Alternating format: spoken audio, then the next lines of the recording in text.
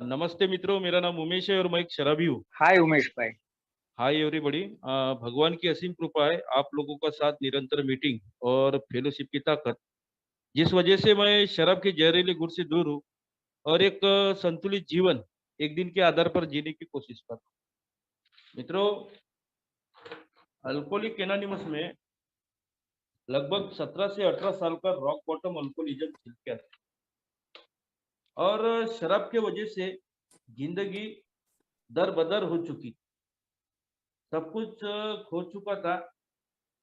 ऐसा कुछ भी नहीं बचा था जिन्हें मैं अच्छा कह सकूं। एक शरीर था और शरीर शरीर ने जवाब देना चालू कर दिया था कि उमेश, बस तू कुछ ही दिनों का मेहमान है, अब तो खत्म होने वाला है। जिंदगी खत्म होने के कगार पर आ गई थी, लेकिन शराब से जो दूरी है वो मिल नहीं रही थी। शराब से दूरी कैसे हासिल किया जाए, ये बहुत ही बड़ा प्रश्न मेरे सामने था। इच्छा ना होते हुए भी मुझे शराब पीना पड़ता था। ये ऐसा क्यों हो रहा है? मैं क्यों शराब पी रहा हूँ? कुछ समझ में नहीं आ रहा। अगर मैं अपने शराबीपन की बात करता हूँ, तो शारीरिक अवस्था काफ़ी खराब हो चुकी थी, आँखें अंदर चली गई थी, हाथ-पैर बारीक हो गए थे, वज़न भी बहुत कम हो गया था, नहाना नहीं, मैं ढंग से खाना नहीं खा सकता था, मैं नींद नहीं ले सकता था, मैं आत्मविश्वास के साथ लोगों से बात नहीं कर पाता। और जो पारिवारिक अवस्था बोलते हैं, तो परिवार में खो चुका था, मैं भूल चुका था कि मेरा परिवार है, मेरा बीवी है, मेरा बच्चा है, मेरी माँ, मेरे भाइयों के प्रति मेरी ज़िम्मेदारी है, ये सब चीज़ें मैं भूल चुका था। परिवार ने ही मुझे घर से, फैमिली से बेदखल कर दिया था, कोई भी मुझे मिलना नहीं चाहता था। मेरे रिश्तेदार भी मुझे बुलाना पसंद नहीं करते थे या मेरे पास नहीं आते थे। और सामाजिक जो एक फ्रंट है, तो समाज ने हर लेवल से मेरा बॉयकॉट। जब मैं अपने करियर में अच्छे उपान पे था, 4 पैसे आ रहे थे, नाम शोहरत थी, तो उस समय ये समाज के सभी लोग मुझे अपने पास बुलाते थे, मेरा रिस्पेक्ट करते थे। सर बोलते थे, कोई अगर काम रहा तो मेरे पास मदद माँगने आते थे, सलाह माँगने आते थे। जब गाँव में जाता था तो लोग साहूकार, पाटिल इस कदर के मुझे संबोधन लगाया करते। और जो ये मान प्रतिष्ठा जो मुझे मिलती थी, तो मेरा सीना भी बहुत चौड़ा हो जाता। लेकिन जब शराबियतपन बढ़ने लगा, तो समाज के हर अंग और हर पहलू ने मेरा साथ छोड़ दिया और उस वजह से मैं निराश हो गया और फिर मैंने अपना समाज निर्माण किया, जहाँ पर जो समाज से ठुकराए हुए लोग थे, उन लोगों को मैंने अपने पास लाना चालू। तो ये ऑटो वाले थे, रिक्शे वाले थे, तब तो मैंने भिखारियों को भी अपने घर लाया। जो गुंडा प्रवृत्ति के लोग थे, उनके साथ रहना मुझे काफ़ी अच्छा लगता, क्योंकि शराब की वजह से मेरे ज़िंदगी में अकेलापन आया था और वो अकेलापन जो था, इन लोगों ने, जिन लोगों को समाज ने ठुकरा दिया, यानी जो मुझसे भी जो निम्न दर्जा के लोग थे, उन लोगों के साथ मेरा उठना-बैठना चालू हो गया था। उन लोगों को घर लेके आता था, उनसे अपना खाना बनवाया करता था, उनसे अपने काम करवाया करता था, उनके साथ मैं शराब पिया करता था। तो ये सब कुछ ऐसा चल रहा था और मेरे सुधरने की कोई गुंजाइश भी नहीं थी और मेरे पास तो कुछ था ही नहीं बगैर शराब। लेकिन एक कृपा हुई कि शराब की ऐसी मार खाया था मैंने कि मैं हिल भी नहीं पाता था, चल भी नहीं पाता था, किसी से बात भी नहीं कर पाता था। तो मेरी मिसेज़ को पता चला कि ये अब कुछ ही दिन ज़िंदा रहने वाला है। मेरे घरवालों को भी पता चल गया था कि इसकी हालत बहुत बदतर हो चुकी है। तो उस समय माँ आती, माँ को लगता था कि मेरा बेटा फिर से एक अच्छी ज़िंदगी जीना चाहिए। वो मुझे सँवारने के लिए कोशिश किया करती थी। आने के बाद वो खाना बनाया करती थी, वो सोचती थी कि मैं तरह-तरह के पकवान बना के इसको खिलाऊँगी। जो इसने इसके अंदर जो ऊर्जा नहीं है, ताकत नहीं है, शायद अच्छा खाना मिलने से या मेरे यहाँ पे रहने से, ये शराब ना पिए या सुधर। मित्रों, जो माँ खाना बनाती थी, वो खाना भी मैं खा नहीं पाता था। वजह थी शराब। बगैर शराब पिए 2 निवाले मेरे पेट तक नहीं पहुँचते। क्या जो माना माँ जो खाना बनाती थी, क्या वो खाना मुझे पसंद नहीं था? तो मित्रों, वो खाना मुझे बहुत पसंद। एक ज़माना था, मैं अपने माँ के हाथ के जो पकवान थे, बहुत चाव से खाता था। लेकिन शराब ने मेरी हालत इस कदर खराब कर दी थी कि मैं कुछ भी नहीं खा पाता था, बगैर शराब के। सिर्फ़ शराब ही ऐसी चीज़ थी, जो मेरे पेट के नीचे उतरती और मेरे दिलो-दिमाग में बस जाती थी और वो मुझे अपनी उँगलियों पे न। और मैं फिर पूरा शैतान बन जाता था। मैं अकराड़-विकराड़ रूप धारण करता था, किसी को भी कुछ बोलना, खुद की तरफ ध्यान न देना। और तो और, शराब की वजह से जब सब हो चुका था, तो ये मेरी मिसेज़ को एक अल्कोहलिक एनोनिमस नाम की जो मीटिंग्स है, उसके बारे में पता चला और एक आखिरी उम्मीद कि चलो एक बार इसे हम ये मीटिंग में लेके जाते हैं। और वो नागपुर से सीधा ब्रह्मपुरी आई थी और उसने वो मीटिंग में जब मुझे लाया और बिठाया गया, तो वहाँ पे हर भाई अपने-अपने अनुभव बता। तो पहले दिन ही मुझे वो एक फीलिंग आई थी कि ये मीटिंग में कुछ खास है। ये जो लोग बोल रहे हैं, ये कहीं न कहीं मेरी कहानी ही बयाँ कर रहे। मैं जो ये भाई बोल रहे हैं, ये तो सभी एपिसोड मैंने किया हूँ या मेरे पीने का जो जो कुछ भी मेरा पीने का जो रवैया है, वो इन्हीं से मैच करता है। ये जिस कदर पी रहे हैं, उस कदर तो मैं भी पी रहा हूँ। इन लोगों ने जिस लोगों के साथ संगत की है, मैं भी उस लोगों के साथ संगत किया हूँ। ये लोग जहाँ-जहाँ गिरे, मैं भी उन लोगों के साथ गिरा हूँ। इन लोगों का जो नैतिकता का अधःपतन हुआ है, वो तो मेरा भी अधःपतन हुआ। मैं तो बैंक करप्ट भी हो चुका था। मैं तो मौत की कगार पे भी पहुँच चुका था। मेरे एक्सीडेंट हो चुके थे। ये सब ऑल इन वन जो अनुभव थे, वो सब मुझे लागू हुए और वजह कोई बची नहीं थी कि ये मीटिंग को छोड़ के जाए। मेरे को मीटिंग में रुकने के लिए एक बहुत बड़ी वजह मिली थी कि ये लोग मेरे समान थे और ये यही चीज़ थी कि मैं मीटिंग छोड़ा नहीं, मीटिंग में आता गया और जब मीटिंग में मैं आता गया, तो इस मीटिंग ने मुझे अपने आप से रूबरू करा दी कि मेरी वास्तविकता क्या है और मैंने इस शराबियत की वजह से मैंने क्या-क्या नहीं काम किए।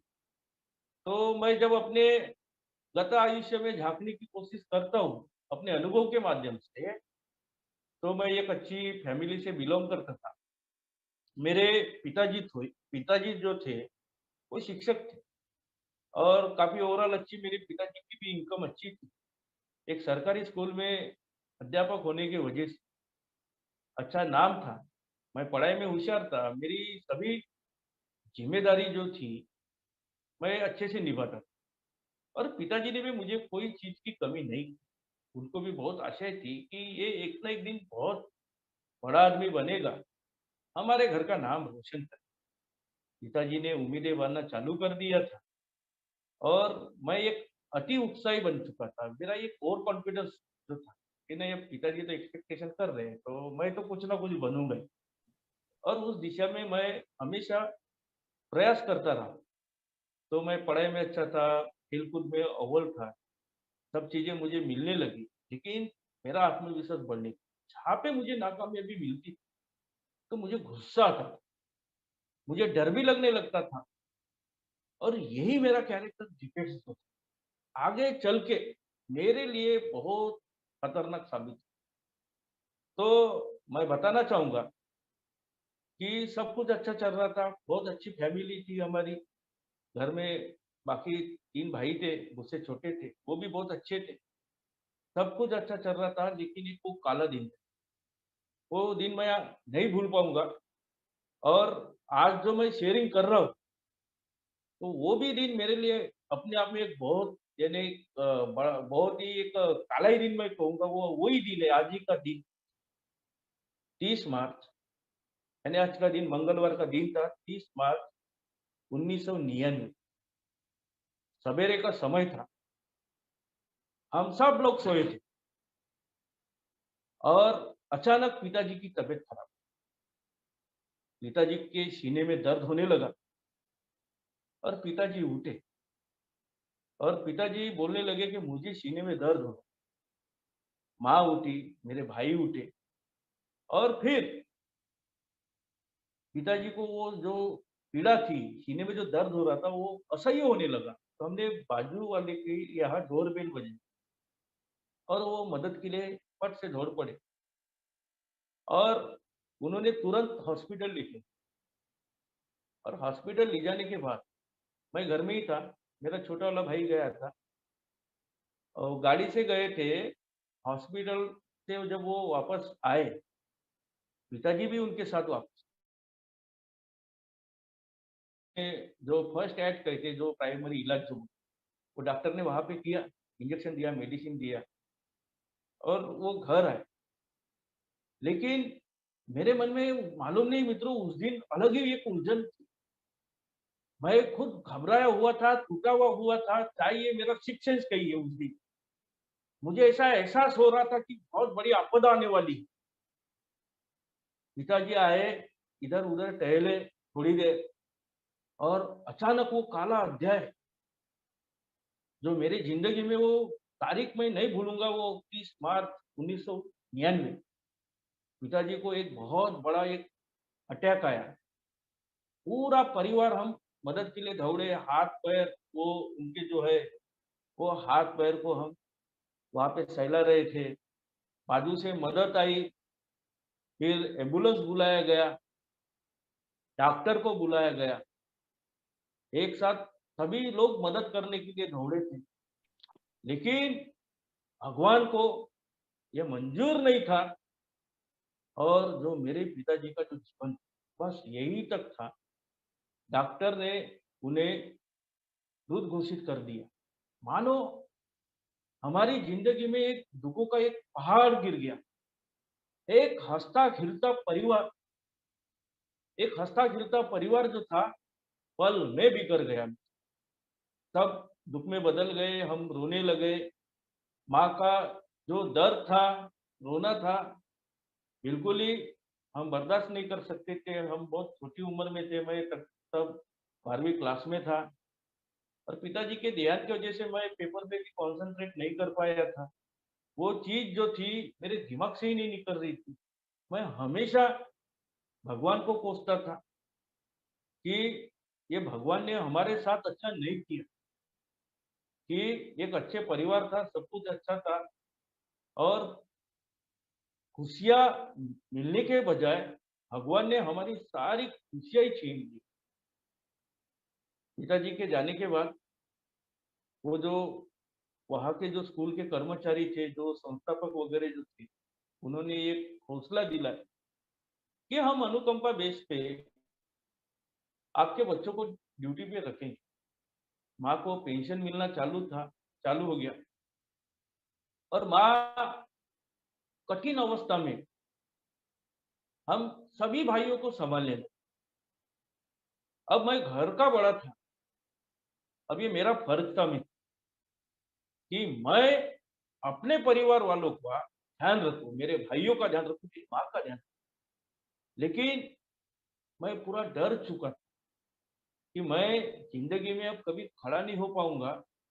मुझे वो पिताजी की जो कमी थी, वो हमेशा कमी महसूस होती और वो जहाँ जिस घर में मेरे पिताजी का देहांत हुआ था, उस घर में मेरा मन नहीं लगता था।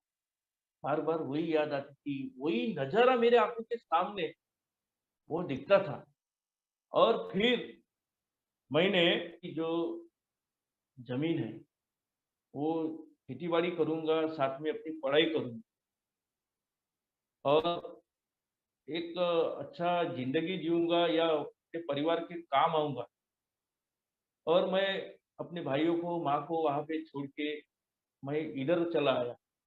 इधर आने के बाद मैं खेती-बाड़ी सँभालने लगा, मैं पढ़ाई करने लगा, पढ़ाई अच्छे से चल रही थी। अब यहाँ पे एक मेरी ज़िंदगी में शराब आई। मित्रों के संग मैंने जो शराब पिया था उस समय मुझे ऐसा नहीं लगा था कि मैं आगे चल के शराबी बनूँ। आनंद के खातिर मैंने शराब लिया था, लेकिन अंतिम समय में यही शराब मेरी पीड़ा बनी थी। जिस लिमिट में, मात्रा में मैंने शराब पिया था, उस मात्रा में मैं अंतिम अंतिम क्षणों में नहीं पी सका। मुझे अंतिम क्षणों में बहुत ज़्यादा शराब लगती थी। वो शराब के बारे में जो अविवेकी ओर जो बोलती है ना, वो रुकने का नाम ही नहीं लेती। जितना मिली उतना कम। जो शुरुआत के दिनों में मैं अच्छी क्वालिटी का ब्रांडेड शराब पीता था, तो लास्ट के समय में कोई क्वालिटी नहीं, कोई ब्रांड नहीं बचा और शराब की ठोकरें तो ऐसी खाया था कि सीधा 7वें आसमान पे ज़मीन पे गिर गया। और उस समय मैं जब अपने कॉलेज लाइफ में था, शराब के साथ मैं ज़िंदगी जी रहा था। बड़ी मुश्किल से मैंने अपनी पढ़ाई पूरी की। मैं बीएड किया, पीजी किया, अच्छे स्कूल में मुझे भी जॉब मिली, परमानेंट पोस्टिंग मुझे मिला और देखो अभी परमानेंट पोस्टिंग मिलने के कुछ ही महीने या साल पकड़ लीजिए, उसके बाद मेरे भाई को भी जॉब अनुकंपा बेस पे मेरे पिताजी की नौकरी। अब मान लो मित्रों, एक घर में जिस घर से पिता का साया फूट चुका है, उस घर में 2-2 लोगों को अगर सरकारी नौकरी लगती है, माँ पेंशनर, तो उस घर में वो खुशी का ठिकाना नहीं रहना है। खुशियाँ ऐसी आई थी मित्रों चारों तरफ कि उसको बटोरना भी यानी बहुत मुश्किल हो गया था। हर कोई समाज का अच्छा अंग तारीफ़ किया करता था और मेरे लिए तो अच्छे-अच्छे रिश्ते आना भी चालू हो गए। मैं भी अपने-अपने सपने बुनना चालू हो गया। लेकिन मैं जिस क्षेत्र में काम कर रहा था, मैं अपने गाँव से आमगाँव से कुछ दूर पे काम करता था। एक दूर-दराज का एक गाँव था, जहाँ पे आसानी से शराब मिलती थी और ये मेरा जो शराबियत का ये प्रोग्रेशन था, वहाँ पे भी मैं बगैर शराब के नहीं रह शाम को शराब पीना, स्टाफ के साथ गप्पे लड़ाना, ये हमेशा का चलता रहा। धीरे-धीरे ये शराब वहाँ पे बढ़ने लगी और शराबियत की वजह से मेरे संस्थापक के साथ क्लैशेस होना चालू हो गया। मेरी किसी के साथ बनती नहीं थी। मैं पढ़ाने के मामले में बहुत अच्छा, वो एक ही मेरा एक प्लस पॉइंट था, जिस वजह से कुछ दिनों तक उन्होंने मुझे रखे। मैं जहाँ पे पढ़ाता था, तो वहाँ पे उस समय एक बार कलेक्टर साहब आए। उन्होंने भी मेरा टीचिंग देख के वो बहुत खुश हुए। ये सब क्वालिटी डिज़र्विंग क्वालिटी होने के बावजूद मैं अपने आप की अपनी तरक्की को आगे नहीं बढ़ा। वजह थी शराब। शराब की वजह से मेरा जॉब चला गया।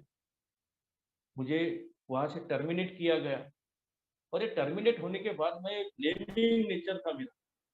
मैं वो जो संस्थापक जो था चेयरमैन, जहाँ का अपना वो जो स्कूल का, उसके ऊपर ब्लेमिंग करता था कि ये आदमी अच्छा नहीं, इसने मेरे को यानी डोनेशन कम दिया इसलिए उसने मेरे साथ ऐसा किया। खैर मित्रों, नौकरी चली गई, फिर भी मेरा एक आदत था, लात मारूँगा तो पानी निकालूँ। मैं ज़िंदगी में और खड़ा होना जानता था। फिर नागपुर गया, आगे का पढ़ाई चालू किया, फिर और एक सब्जेक्ट में मैंने पीजी किया और उस समय मेरा पीएचडी को भी नंबर लग गया था।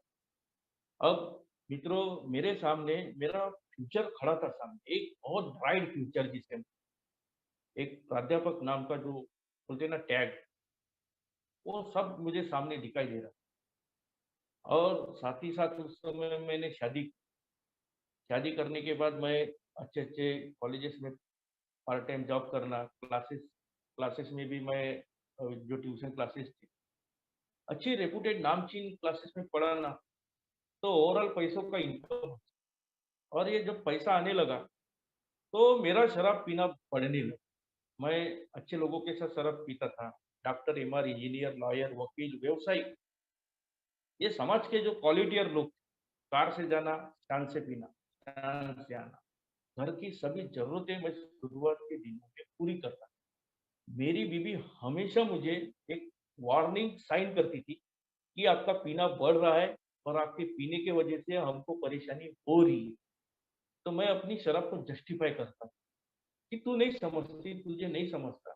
अच्छे लोगों के साथ दोस्ती करना पड़ता है, उनके साथ मुझे शराब पीना पड़ता है और मुझे मेरा जो प्रोफ़ेशन है, क्लासेस वगैरह है, तो उसके लिए भी मुझे दूसरे लोगों को पार्टी देना पड़ता है। ये सब मैं बनी बनाई कहानियाँ उसको बताता था।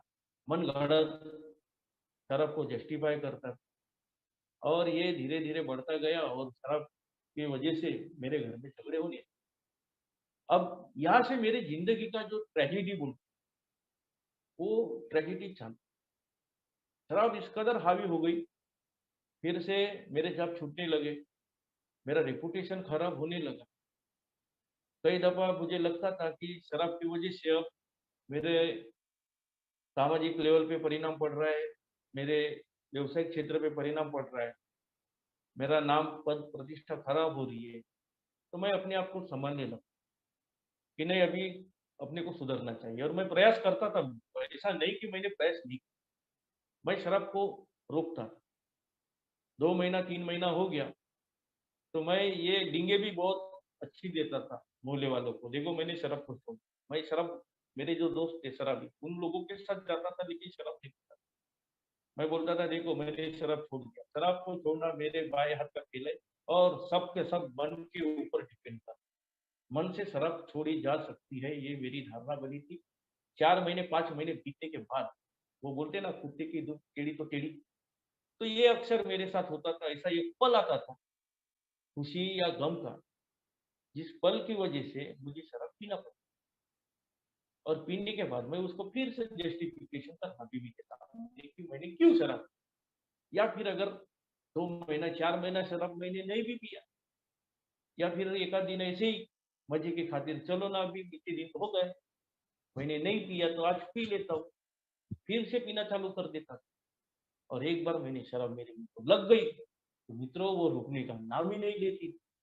मुझे कंटिन्यू शराब पीना पड़ता था और वो भाई वही कगार पे आता था कि पिछली बार मैंने जहाँ पे शराब को रोक के रखा था, वही पीड़ा, वही तकलीफ, वही परेशानी मेरे साथ होती थी। मैं शराब को रोकना मेरे बस में नहीं होता था और उसका परिणाम मेरे परिवार पे, तो परिवार पे ऐसा परिणाम पड़ता था कि बीवी बात नहीं करती थी, डरी हुई रहती थी। मेरी एक बेटी थी, बेटी भी मेरे पास नहीं है।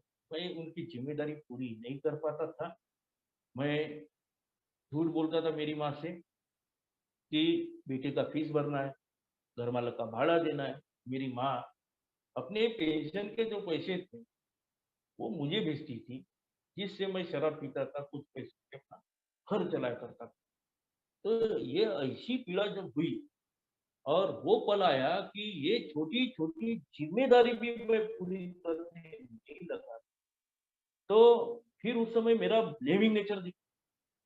मैं फिर से वही 20 साल की जो पहले की जो बात थी, यानी मेरे कॉलेज ज़िंदगी, वो बातों पे जा मेरे घर की तरफ मैं ब्लेमिंग करना चालू कर कि मेरे मामा लोग अच्छे नहीं है, मेरा मौसा, मेरे रिलेटिव अच्छे नहीं है, मेरे जो पिताजी जो है, उन्होंने भी अच्छा नहीं, वो हमें मझधार में छोड़ के चले गए और छोड़ते-छोड़ते भी उन्होंने जो प्रॉपर्टी थी घर की, वो अपने बड़े भाई को दे दिए, हमारे लिए कुछ रखा नहीं। ये मेरा ब्लेमिंग नेचर उस समय बिल्कुल चालू हो गया और ये ब्लेमिंग नेचर आगे चल के ऐसा ही बढ़ता रहा। मैं हर किसी को कोसता रहा। फिर वो भगवान को भी कोसना चालू हो गया कि मेरी ज़िंदगी में भी भगवान ने कोई मदद नहीं किया। मैं हमेशा ईमानदारी से काम करना चालू किया था। मैं इतना पढ़ा-लिखा हूँ, हाँ, लेकिन भगवान ने मुझे सक्सेस ही नहीं दिया। मेरे ज़िंदगी में वो अनसक्सेस वही डाला है, पीड़ा ही डाला है, तकलीफ ही डाला है। बस यही यही मैं सोचता रहता था और भगवान को ब्लेमिंग करने की वजह से मुझे मेरी गलतियाँ नज़र आती ही नहीं थी। सब भगवान, भगवान ने किया, सामने वाले ने किया, मेरे ससुरे ने किया, मेरे बड़े पिताजी ने ये ऐसा काम किया, मेरे भाइयों ने ऐसा किया, मेरी बीवी ने ऐसा, सब उनके ऊपर ब्लेमिंग था। अब शराब ऐसी बढ़ती थी तो लगता था बीवी को कि इसके लिए हमें कुछ प्रयास करना चाहिए, नहीं तो उसको भी एक डर था कि मैं कहीं कभी अपना पति ना खो दूँ। एक अच्छा पढ़ा-लिखा इंसान है, अगर ये सुधरता है तो पैसे भी अगर सुबह करता है, तो ज़िंदगी अच्छी से ये खुद भी जी सकता है और हमें भी यानी ज़िंदगी जीने दे सकता है। तो इसलिए मेरी बीवी प्रयास करती।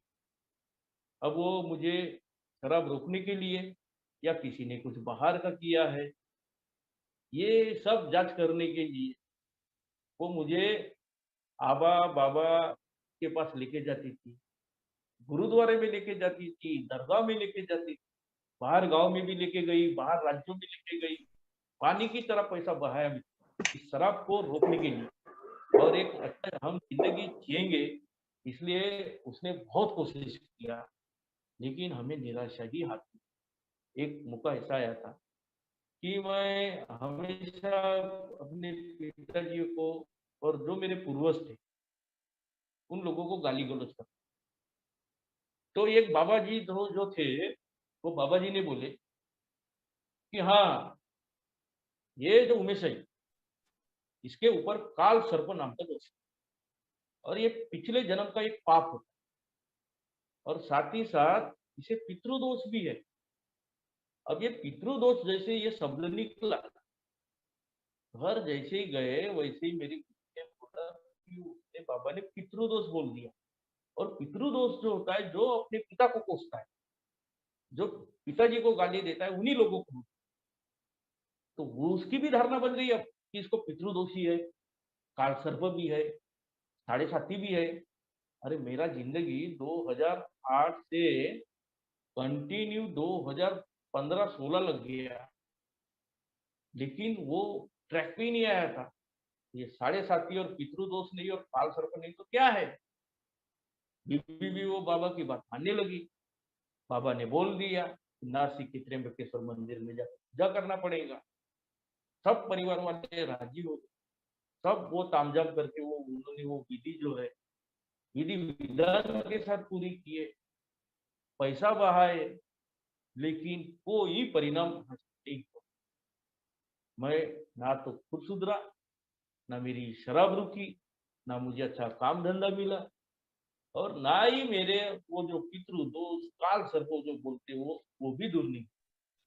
फिर से मेरा भगवान पे कोसना जारी रहा कि वो बेचारी ए शिद्दत से, निष्ठा से भगवान की पूजा कर रही है, आराधना कर रही है, जहाँ-जहाँ बोलते वहाँ माथा टेक रही है, ये भगवान काम ही नहीं कर रहा है। ये क्यों इतना अन्याय कर रहा है हमारे ऊपर? ये मैं बोलते जाता था और शराब पीते जाता था। लेकिन शराब को मैं जस्टिफाई करता नहीं, शराब अच्छी है।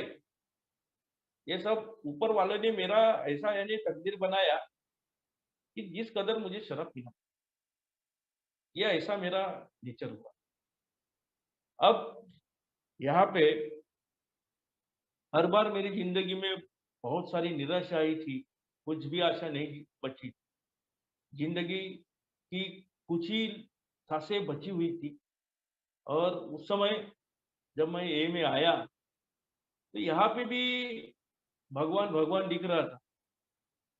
तो उस समय भी मुझे बहुत सारे भगवान के बारे में मेरे प्रश्न रहते थे।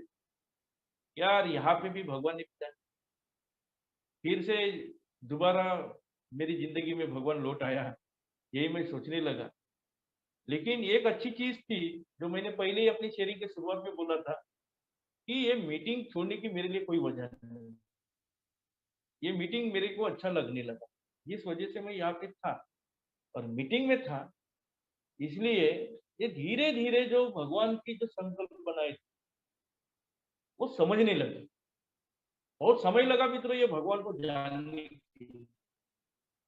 ऐसा नहीं कि मैंने ये मुझे तो 1 साल में मैं भगवान समझा, बहुत समय लगा मुझे।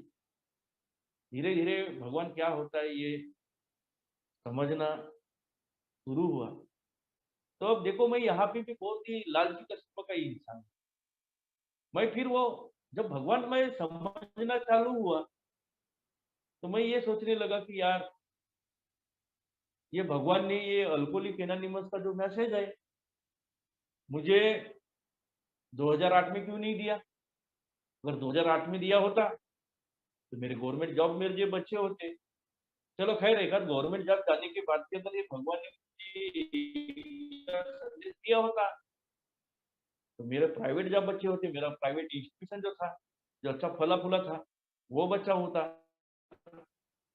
मेरे पास अच्छी आमदनी आई होती। अरे चलो वो भी छोड़ो, उस समय तो भगवान ने ये मैसेज दिया होता कि मेरी जो धन प्रॉपर्टी थी, जो कुछ फ्लैट्स वगैरह थे, वो बेचने के पहले अगर भगवान ने मुझे ये मैसेज दिया होता तो आज वो करोड़ों की होती।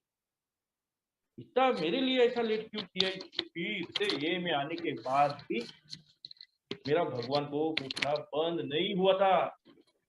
भगवान को पूछना मेरा जारी ही था। और वैसे भी एक अनुभव ऐसा है कि जब मैंने भगवान को कोसना और भगवान को ही सजा देना चाहा मेरे शराबी जीवन में, तो मेरी बीवी बहुत धार्मिक किस्म थी। उसकी श्रद्धा थी भगवान। गुरुवार का उपवास हमेशा करती थी।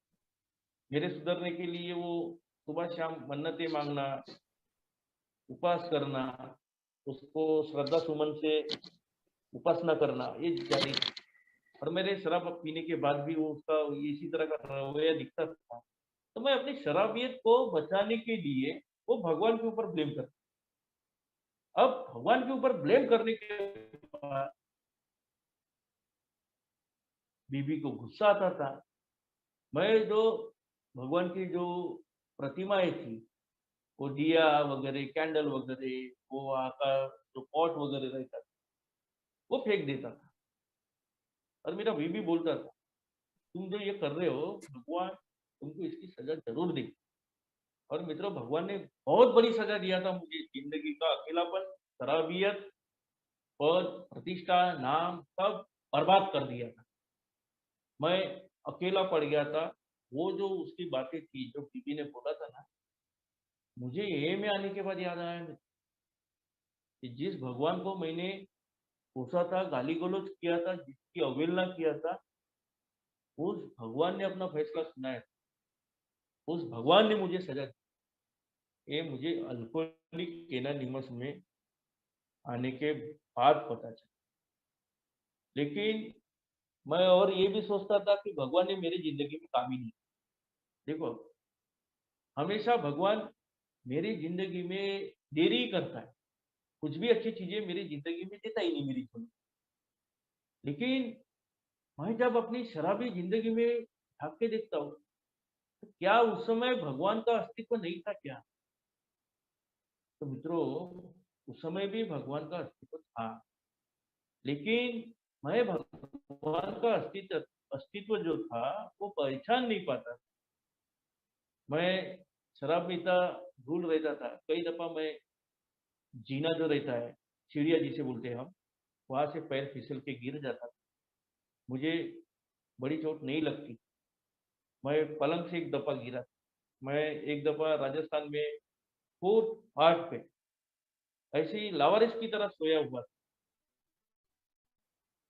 लेकिन मैं बचा, मैं जी मेरा। मुझे जो मौत बोलते हैं ना, अकाली मृत्यु, हमारे कई सारे शराबी, मद्यपी भाई लोग होते हैं, जिनको ए का मैसेज नहीं मिलता और वो दुर्भाग्यवश वो अपनी जान गँवा बैठते। लेकिन मैं तो उस समय भी खुशकिस्मत था कि मुझे मौत नहीं मिली थी। कहीं न कहीं भगवान मुझे बचाना चाहता था, ये मैं समझ ही नहीं पाता। एक ऐसा अनुभव था मेरा, मैं बताना चाहूँगा कि जब मैं अकेला पड़ गया था, तो यहाँ पे मैं जिन लोगों की संगत में रहता था, तो वो भी फिर बाहर चले जाते थे। मुझे फिर से अकेलापन खाने लगा और मैं भी उनके साथ पीछे-पीछे जाना, शराब पीना और जब मेरे घर में जब कोई नहीं आता था और अकेलापन तो बोला गया अकेलापन हमारे लिए बहुत खतरनाक होता है क्योंकि हम अकेले रह ही नहीं सकते चाहे हम शराब पिए या हम अलग शराब ना पिए। तो उस समय जब मैं अकेला था तो ऐसे त्योहार के मौके आते जैसे मान लीजिए दिवाली है और उस समय वो दिवाली थी। मेरी माँ ने मुझे पैसे भेजे थे जो महीने के वो हर महीने में मुझे 10,000 रुपये भेजती। तो उस समय मुझे खुशी नहीं हुई थी। मैं ये उम्मीद लगा के बैठा था कि अब तो भी मेरी माँ मुझे गाँव बुलाएगी। मैं दिवाली के लिए अपने गाँव जाऊँगा, अपने घर रहूँगा, भाइयों से मिलूँगा। लेकिन माँ ने सिर्फ पैसा भेजा लेकिन ऐसा नहीं बोला कि बेटा तू यहाँ। बीवी नागपुर में रहती थी। बीवी ने भी ऐसा नहीं बोला कि आप नागपुर आ जाओ या उसने ऐसा ही नहीं बोला कि हम उधर ब्रह्मपुरी आते हम दिवाली साथ में मनाएंगे। मैंने कोशिश किया, उनको फ़ोन लगाया कि आप इधर आइए, हम दिवाली साथ में मनाएँगे। तो मुझे ना तो किसी ने बुलाया, ना वो लोग आए और उस वजह से मुझे बहुत गुस्सा आई कि परिवार होने के बावजूद मैं जो ये त्योहार है मैं साथ में नहीं मना पा रहा हूँ और उस वजह से मित्रों मैंने इतनी शराब पिया, मैं अपने आप को खत्म करना चाहता था।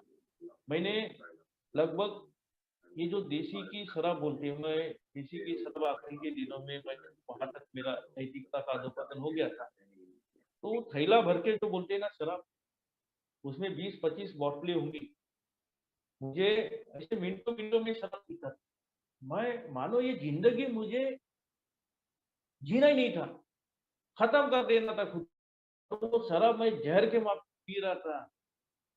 मैं ब्लैकआउट में गया, मैं अनकॉन्शियस हो गया, घर में उल्टियाँ थी, घर में बॉटलें गिरी हुई थी, कई तरफ काँच थे, वो इतनी मैंने रूम का दुर्दशा कर दिया था। मैं ऐसा दरवाज़ा खुला रख के सोया था, आधा शरीर बाहर, आधा शरीर अंदर।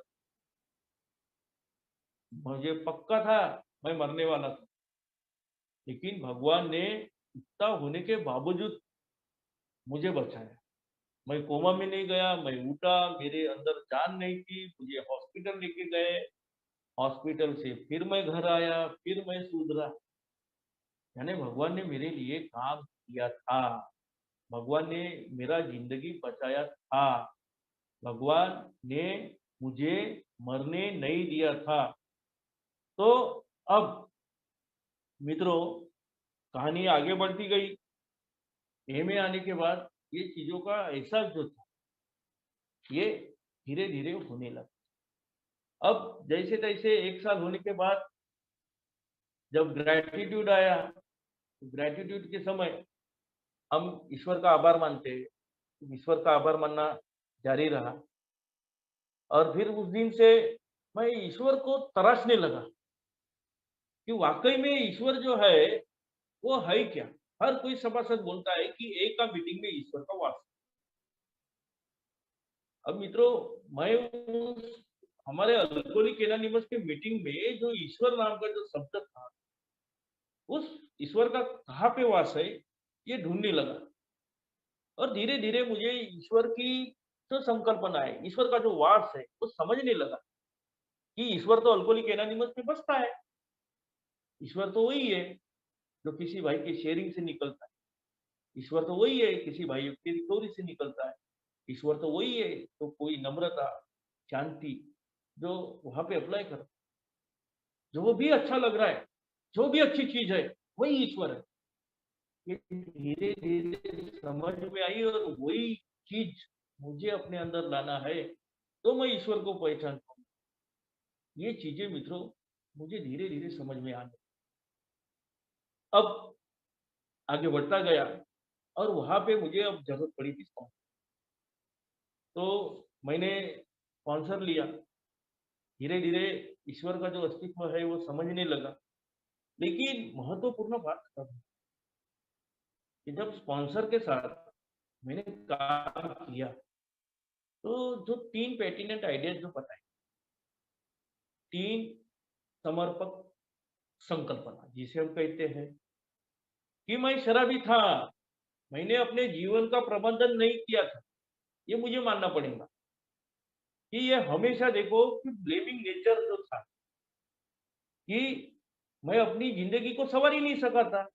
चाहे वो शराब का मामला हो या मेरा व्यवसायिक क्षेत्र हो, सामाजिक क्षेत्र हो या पारिवारिक क्षेत्र। हर क्षेत्र में मैं इसका प्रबंधन अच्छे से नहीं कर मैंने किसी चीज़ को अच्छे से मैनेज नहीं किया, बगैर शराब के। सिर्फ़ शराब को मैं मैनेज यानी ज़्यादा मात्रा में पीने के मामले में ही मैनेज कर पाया, जिस वज़ह से मेरा अधःपतन हुआ। लेकिन मेरे पारिवारिक रिश्ते जो है, वो सुधार नहीं सका। मेरे व्यवसायिक क्षेत्र जो है, मैं उसको कंसिस्टेंटली अच्छा नहीं रख मेरा जो सामाजिक जो पद प्रतिष्ठा मुझे विरासत में जो मिली थी, उस विरासत को मैं आगे नहीं बढ़ा सका था और आर्थिक विफलता जो थी, वो भी उस प्रबंधन कर पाया। पिताजी ने तो सब करके रखा था, लेकिन उनका पिताजी को पेंशन के जो पैसा मिला, जो वो जब तो बहुत बड़ी अमाउंट थी उस ज़माने में, तो उन चीज़ों का अगर मैंने प्रबंधन करके रखा होता, तो आज यानी उस समय वो नौबत नहीं आई होती। तो यही जो पहली समर्पक आइडिया थी, कि मैं शराबी था और जिस वज़ह से मैंने जीवन का प्रबंधन नहीं कर पाया। दूसरा बताया गया था कि कोई भी मानवीय शक्ति मुझे शराब से मुक्ति ही नहीं दिला सकती। अब मैं हमेशा सोचता था मानवीय शक्ति के बारे में कि अगर मेरा बीवी मेरे मन माफ़िक अगर मुझसे बर्ताव करती है, तो मैं अच्छा बन सकता मेरे सास-ससुर वाले जो मुझे पद प्रतिष्ठा, मान-सम्मान देते हैं, मेरी अगर वो बात मानते हैं, अपनी बेटी को आके थोड़ा समझाते हैं, तो मैं शराब से मुक्ति पा सकता मेरी माँ अगर मेरी ज़रूरतें पूरी करती है या अब मैं ये जो मेरा जो है, ये पूरा टूटने की कगार पे आया है। मेरे सब जॉब चले गए थे ना में, तो मैं एक उम्मीद लगाए बैठा कि मेरी माँ और मेरे भाई मेरी मदद करेंगे, फिर से मेरा सेटअप करके देंगे, मेरा जो व्यवसायिक क्षेत्र है उसे अच्छा करने में मेरी इकोनॉमिकली मदद करेंगे और जैसे ही मेरा ये व्यवसायिक क्षेत्र अच्छा होता है, तो मैं अच्छा काम करने लगूँगा और फिर मैं शराब नहीं पीऊँगा। ये मैं सोचने लगता। लेकिन मेरी माँ ने मेरी मदद नहीं की, मेरे भाइयों ने भी मेरा मदद नहीं की, तो मैं उनके ऊपर ब्लेम जिस वजह से मेरा शराबियत बढ़ने लगा। बीवी का बात करने का ढंग, मेरे साथ जो रिलेशन मेंटेन करना, वो भी उसमें परिवर्तन आने लगा, जिस वजह से मेरा शराब पीना बढ़ गया। और फिर शराब की फिर से मार खाने के बाद, जब आधे मुँह गिरता था, लगता था, नहीं सुधर जा उमेश, अब सुधरना है तुझे। और फिर कोशिश करता था पूरी शिद्दत से कि अब नहीं पीना है। मैं रोता था, गिड़गिड़ाता था, भीख माँगता था बीवी के सामने, बीवी के कदम पे सिर रखता था कि एक मौका दे दे, अब मैं शराब नहीं पीऊँगा। मैं हमेशा बोलता था। मैं बेटी के सर पे हाथ रख मेरी एक ही बेटी है, बस मैं इसकी कसम खाता हूँ कि ज़िंदगी में मैं अब शराब नहीं पीऊँगा, ज़िंदगी में तुम्हारी सब ज़रूरतें पूरी करूँगा। मैं अब अच्छा पिता बन के दिखाऊँगा, एक अच्छा पति बन के दिखाऊँगा। अब अगर कोई भी मानवीय शक्ति मुझे शराब से अगर मुक्ति कर सकती है, तो मेरी बीवी मानवीय शक्ति थी, मेरी बेटी मानवीय शक्ति थी। इनसे बड़ी तो मानवीय शक्ति कोई थी ना।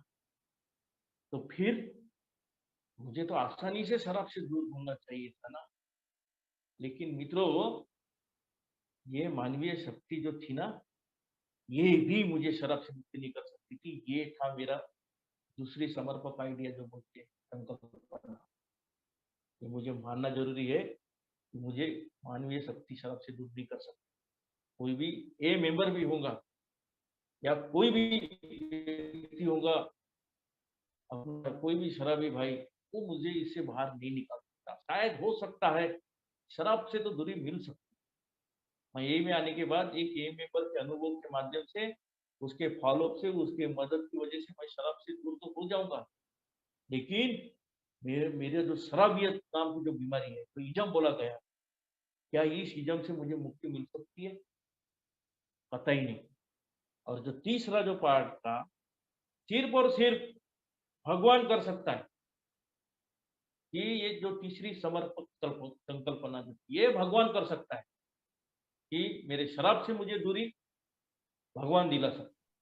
मेरा जो अल्कोहलिज्म नाम का जो एक मुझे जो बीमारी हुई है, जिस वजह से मेरा कैरेक्टर डिफेक्ट उभर के हमेशा सामने आता है, मेरे रिजाइनमेंट के रूप में, मेरे फियर के रूप में, मेरा गुस्सैल स्वभाव में, मेरे चिड़चिड़ापन में या मेरे अति आत्मविश्वास में। तो ये सिर्फ और सिर्फ भगवान कर सकता है, बशर्ते मुझे उस भगवान को करने देना है। अगर मैं ये करने देता हूँ, तो अब मैं बहुत ही अच्छी जगह पे खड़ा हूँ। और वहाँ पे रॉकेट को लॉन्च कर सकता हूँ, मैं तीर मार सकता हूँ अब अपनी ज़िंदगी सुचारू करने का। मैं अब भी अच्छे से ज़िंदगी जी सकता हूँ।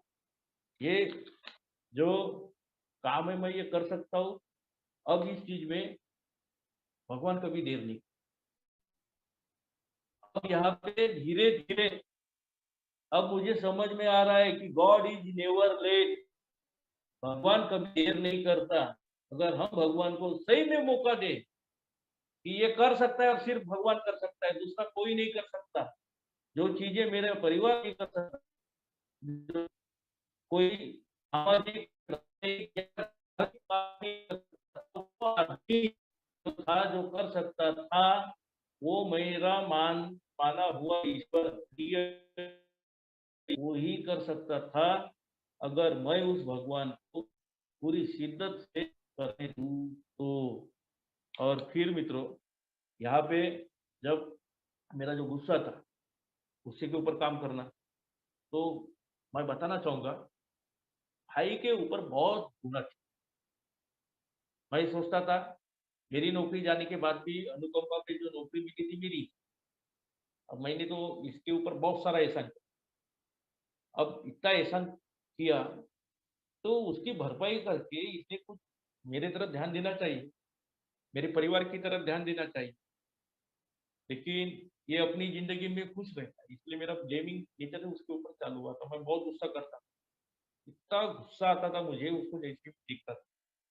उसने बात भी करना बंद कर दिया था, और बीच में तो अल्कोहलिक एनोनिमस में आने के बाद भी एक ऐसा वाक़या हुआ था, जिस वज़ह से ये जो रिजाइनमेंट था, और बढ़ गया था कि उसने माँ का माइग्रेशन यानी स्थानांतरण जिसे बोलते हैं, आमगाँव से इधर गाँव तरफ कर दिया था, जो मेरे पिताजी का पुरकोनी गाँव था। वहाँ पे तो मुझे लगा कि इतने साल मेरी माँ वो शहरों में रही और अभी इसने गाँव में लाके रख दिया। मुझे बहुत गुस्सा आया था उस समय उसका कि तू क्या कर रहा है करके। लेकिन जब भगवान की इच्छा क्या है, जब मैंने जाना, मुझे तो बहुत गुस्सा आया था, मैंने तो भाई को बहुत भला-बुरा कह दिया था। मैंने बोला था कि मेरा घर का दरवाज़ा तेरे लिए हमेशा खुला रहेगा, ये भी बात बोला था। लेकिन मित्रों, जब माँ इधर आई, तो ये भगवान ने मुझे एक मौका दिया। मेरी माँ को बहुत तकलीफ, बहुत पीड़ाई दिया। अब गाँव तरफ रहने के लिए आ रही है, तो मैं जहाँ पे ब्रह्मपुरी में रहता हूँ, तो वहाँ से टर्न दूरी पे माँ है। मैं कभी भी उसको इधर बुला सकता, या कभी भी हम उधर जा सकते।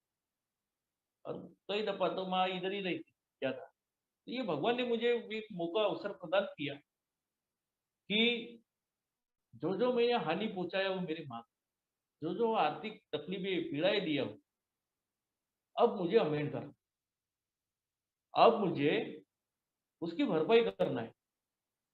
और ये भरपाई मैंने करना चाहती, जो भी ज़रूरत की चीज़ें हैं, उसको पहुँचा के देना, उसकी तबीयत की तरफ ध्यान देना, या कुछ क्षण त्योहार जब आते हैं, तो मिल के खुशियाँ मनाना।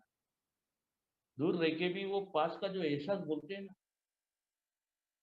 ये एहसास मुझे मित्रों मिला।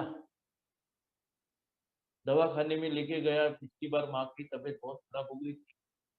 जिस भाई के साथ रिलेशन खराब हो गए थे, धीरे-धीरे उसको उसकी गलती समझ में आने लगी और वो भी फिर से आना चालू हो गया। आज गुस्सा नहीं है उसके प्रति। ऐसे और भी बहुत सारे गुस्से के पार्ट हैं जो ये चीज़ें जो है गुस्से की, ये सिर्फ़ और सिर्फ़ भगवान निकाल, दूसरा कोई आदमी नहीं निकाल। और महत्वपूर्ण बात तो यह है कि अपनी गलती स्वीकार। तो अगर भगवान ने देर नहीं किया है, भगवान अभी भी काम कर रहा है, तो मुझे कम से कम एटलीस्ट भगवान के सामने तो अपनी गलती स्वीकार करना चाहिए कि यस, मैंने ये सब पाप जो है, ये जो हथकंडे हैं, ये सब मैंने किया है।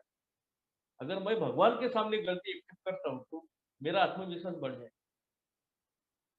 मैं फिर सामने वाला जो भी इंसान है, धीरे-धीरे उनके सामने अपनी गलतियाँ स्वीकार करना चाहिए। तो जो गुस्सा या फिर डर जो था, इन मामलों में मैंने अपनी जो गलती है, भगवान के सामने स्वीकार करना जारी रखा और अपनी गलतियों को सुधारने के लिए तैयार होना, ये बहुत महत्वपूर्ण बात है। यहाँ पे मुझे एक्शन करना है कि अब मुझे तैयार होना है अपनी गलती को सुधारने के लिए। कि पहले जो पिछली बार अल्कोहलिज़्म के समय, अब शराब तो दूर है, लेकिन जो इज़्म है, पास्ट जो बोला गया है ना, वो पास्ट और अपनी शराबियत के समय में जो-जो गलतियाँ किया हूँ, उन गलतियों को सुधारने के लिए मुझे तैयार हूँ और ये मैंने तैयारी की। फिर जो उमेश था उसमें बदलाव आना चालू हुआ कि जो गलतियाँ मैंने उस समय किया वो गलतियाँ नहीं हुई। अब जिन लोगों का मैंने लिया था पैसा वगैरह, वो हम देना जान गए। मैंने कई दफ़ा बताना चाहूँगा, विविध बैंक के पैसे लिया, गट के पैसे लिया, साहूकारी लोन लिया, बीवी के गहने बेच के, ये सब, लेकिन अब उसका मुझे भरपाई करना है, तो ये सब मुझे लौटाना पड़ेगा। धीरे-धीरे लौटाना चालू किया तो उसका परिणाम अच्छा नहीं। मैंने अपने ससुर से भी डेढ़ 2 लाख की तकलीफ़ें पहुँचाया था ससुर। मेरे ससुर ने कभी नहीं बोला मुझे कि पैसे दो करके। लेकिन पिछले महीने की बात है, पिछले महीने उनकी तबीयत अचानक खराब हो गई और डॉक्टर ने इमीडिएटली वो घुटनों का ऑपरेशन बताया क्योंकि वो चल ही नहीं पाते, बहुत सारी पीड़ा होती। मेरी बीवी गई, उनकी पूरी सेवा की, उनको हॉस्पिटल लेके जाना, वो ऑपरेशन के समय वहीं पे मौजूद रहना, वहाँ पे 2 ढाई लाख रुपए का खर्चा आया, लेकिन हमसे जितना बना, हमने उसकी जो मदद है उनको की है हम। मैंने कुछ पैसे जो है मैंने उधर भिजवा दिए। उन पैसों से मेडिसिन का खर्चा या ऑपरेशन में भी बहुत कुछ एक अमाउंट मैंने भेजा, जिस वजह से वो अच्छा इलाज हो पाया। मेरे ससुर का जो मैंने विश्वास खोया था, धीरे-धीरे ये विश्वास मैंने प्राप्त करना चाहा। अब इतना होने के बाद भी अब देखो, एक अनुभव बताता हूँ और फिर अपना शेयरिंग खत्म करता हूँ। शायद मेरा समय भी लगभग खत्म होते आ रहा है। अब उसके बाद भी इतना सब कुछ होने के बाद, मैं जो पहले ब्लेमिंग नेचर था मेरे पिताजी के ऊपर, सभी के ऊपर, मेरा बताया मैंने मेरी स्टोरी में कि मेरा बीवी बहुत धार्मिक प्रवृत्ति और अभी भी है। अब अल्कोहलिक एनोनिमस में मैं आया, तो अभी मुझे समर में 4 साल कंप्लीट हुए। तो ओवरऑल एक अच्छी रिकवरी है, सब कुछ अच्छा चल रहा है। जो ज़िंदगी हमें मिला है एडवांस लाइफ, उसमें हम अच्छे से खुश हैं, परिवार साथ में है। अब उतनी जो सोर्स ऑफ इनकम बोलते पहले के ज़माने के समान नहीं रही, लेकिन जो भी आमदनी मिल रही है उससे हम खुश हैं। हम हमें अब अल्कोहलिक एनोनिमस में आने के बाद ये धीरे-धीरे समझ रहा है कि कम पैसों में भी अच्छी ज़िंदगी जी सकते हैं। क्योंकि हमारे नीड्स और रिक्वायरमेंट में बहुत कम है। एक अच्छी ज़िंदगी हम अगर अच्छे बजट के साथ हम ज़िंदगी जी सकते हैं, ये मेरे भी समझ में आया, मेरी बीवी की भी समझ में आया।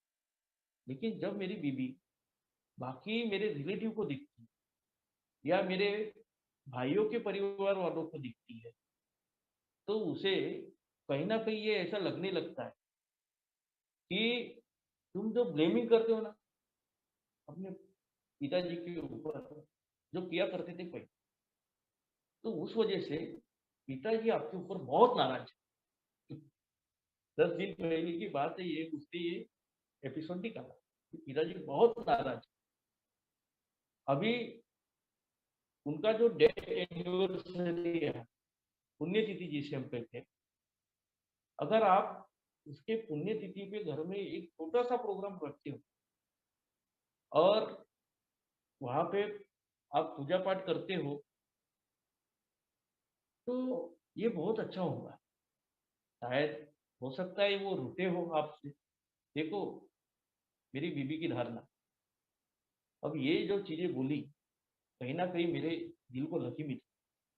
शायद इसके ऊपर विश्वास हो या ना हो, लेकिन मुझे लगा कि नहीं, ये प्रयास किया जाए। मैंने तो हमेशा जब शराबियत में था, शराब पीता था या नहीं भी पीता, तो मैंने हमेशा अपने मुँह से एक गहरी उगला था, एक पुण्य आत्मा, जिनके बारे में मैंने कभी अच्छा सोचा ही नहीं। तो अब ये भगवान ने मुझे मौका दिया है कि जब मैं अच्छा नागरिक बना हूँ और एक ज़िम्मेदार, मैं एक पारिवारिक अगर इंसान हूँ, मुझे अपने परिवार की लोगों की जो सोच है, तो उन सोच का ध्यान रखना मुझे ज़रूरी है। मुझे जो मेरी ज़िम्मेदारी है, कर्तव्य है, पूरी निष्ठा से पालन करना ज़रूरी है और मैंने उसे हामी भर दी। हाँ, हम पूजा करेंगे। हमने आज ही, जो मैंने बोला था कि 30 मार्च को काला दिन, आज ही मेरा पिताजी का डेथ एनिवर्सरी है। माँ को बुलाया गया, कुछ मेरे रिलेटिव को बुलाया, घर में पूजा किए, सबने वो भोज किए। अच्छा महसूस हुआ और मनोमन उस मित्रों कि मैंने दोनों हाथ जोड़ के अपने पिताजी की माफ़ी माँगी कि मैंने अपनी ज़िंदगी को अच्छे से नहीं चला पाया। इसके लिए मैं ज़िम्मेदार था, आप ज़िम्मेदार नहीं थे। आप अपनी जगह सही थे और माफ़ी माँगी और हमेशा बोला, भगवान को प्रार्थना किया कि ईश्वर, अब मैं हमेशा कोशिश करूँगा कि मेरी ज़िंदगी में जो भी मेरे बिगड़े हुए काम, वो आपके साक्षी में रहे। मैं उसे पूरे करने के लिए तैयार रहूँगा।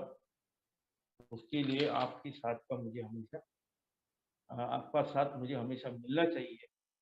अगर ये मैं चीज़ करता हूँ, भगवान कभी भी देर नहीं करेंगे। वो भगवान मेरे लिए दोनों बाहें फैला के कुछ ना कुछ ज़रूर देंगे। एक अच्छी रिकवरी दे सकते हैं, अच्छी सोसाइटी दे सकते हैं, पारिवारिक आनंद दे सकते हैं। और मित्रों, आज दूसरा एक और अनुभव बताता हूँ आज ही के दिन। ये सब पूजा-पाठ वगैरह जब होने के पहले मैं एक गाँव गया था रामनवमी के उपलक्ष्य में, जहाँ पे हमारे कुछ भाई लोग रहते हैं।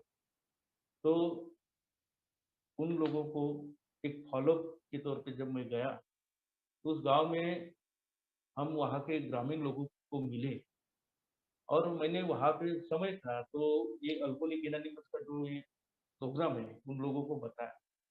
तो वो जिस नज़र से हमें देख रहे थे या हमें सुन रहे थे, कहीं न कहीं वहाँ पे मुझे ईश्वर का वास, वो सब वो ऐसा एकदम साइलेंट थे, सभी लोग, कम से कम 30-40 लोग ऐसा घेरा बना के वो खड़े थे और मैंने वहाँ पे एक प्रपोज़ल रखा कि हम कुछ ही दिन में यहाँ पे एक पीआई वर्क और एक जन जागरण सभा, ये सब लोग तैयार हो गए कि चलो, मेरी ज़िंदगी में भगवान हम देरी से आए होंगे, लेकिन मैं एक अच्छा एक ऐसा स्रोत बन सकता हूँ कि इन लोगों की ज़िंदगी में भगवान का पदार्पण जो है थोड़ा जल्दी हो जाए, इनको ये का मैसेज जल्दी।